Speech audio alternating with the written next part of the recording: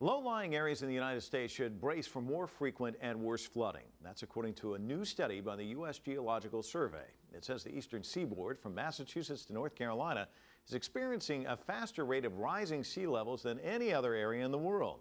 CCTV correspondent Sean Callebs reports from an island that may be gone within 2 generations.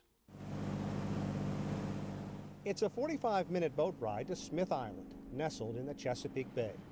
But in many ways, it's a trip back in time. There are no roads or bridges leading here, and many people make a living the way their forefathers did, crabbing in the bay. Feel the backside of it. Oh, yeah. From the crab shanties to the skipjacks to the crab pots, life moves slowly here. But many, like 81-year-old Jennings Evans, knows the island is going away. Sea level rise from global warming claiming another victim. They don't waste much time worrying over it because they figure at some point, you know, we're going to have to leave one way or the other.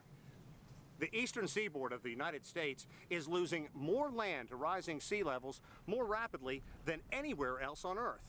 No one knows exactly why. It could be the rate at which glaciers are melting in Greenland. It could be subtle changes in the currents in the ocean.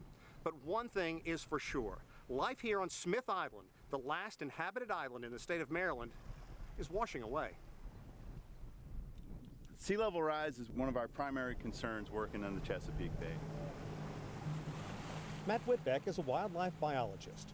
He says as water levels rise, this rich seagrass floating just beneath the surface slowly dies. And with it, a wonderfully rich habitat for crab, fish, waterfowl, and so much more is wiped out. We hear a lot of debate whether sea level rise is actually happening. If you come to southern Dorchester County on the eastern shore of the Chesapeake, it is clearly happening.